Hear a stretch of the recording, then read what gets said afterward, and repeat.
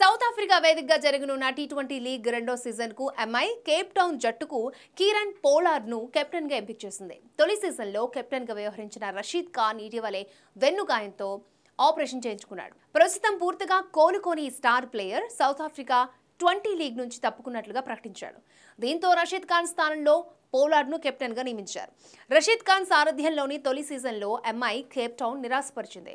10 మ్యాచ్ల్లో 3 విజయాలతో పాయింట్ల పట్టికలో చివరి స్థానంలో నిలిచింది. Robin Peterson MI Cape Town head కోచ్గా ఉంటాడు. లసిత్ మలింగా బౌలింగ్ కోచ్గా వ్యవహరిస్తాడు. జనవరి 10 నుంచి ఈ మెగా లీగ్ ప్రారంభం కానుండగా ఎంఐ కేప్ టౌన్ జనవరి 11న డర్బన్లో సూపర్ జైంట్స్తో తొలి మ్యాచ్లో తలపడనుంది. ఎంఐ స్క్వాడ్లో Sam Curran, Olly Stone, Liam Livingstone, Tom Banton వంటి వరల్డ్ క్లాస్ ఇంగ్లాండ్ బ్యాటర్స్ ఉన్నారు. వేలంలో వైల్డ్ కార్డ్ ద్వారా క్రిస్ బెంచ్మన్ను తీసుకుంది. కగిసో రబాడా, రాసివ్ నాండర్, Dussen, George Linde, Beuran Hendricks, Dewald Brevis, Ryan Rickelton ఉన్నారు. ఇలాంటి స్టార్ ఆటగాళ్లు ముంబై జట్టులో కూడా ఉన్నారు.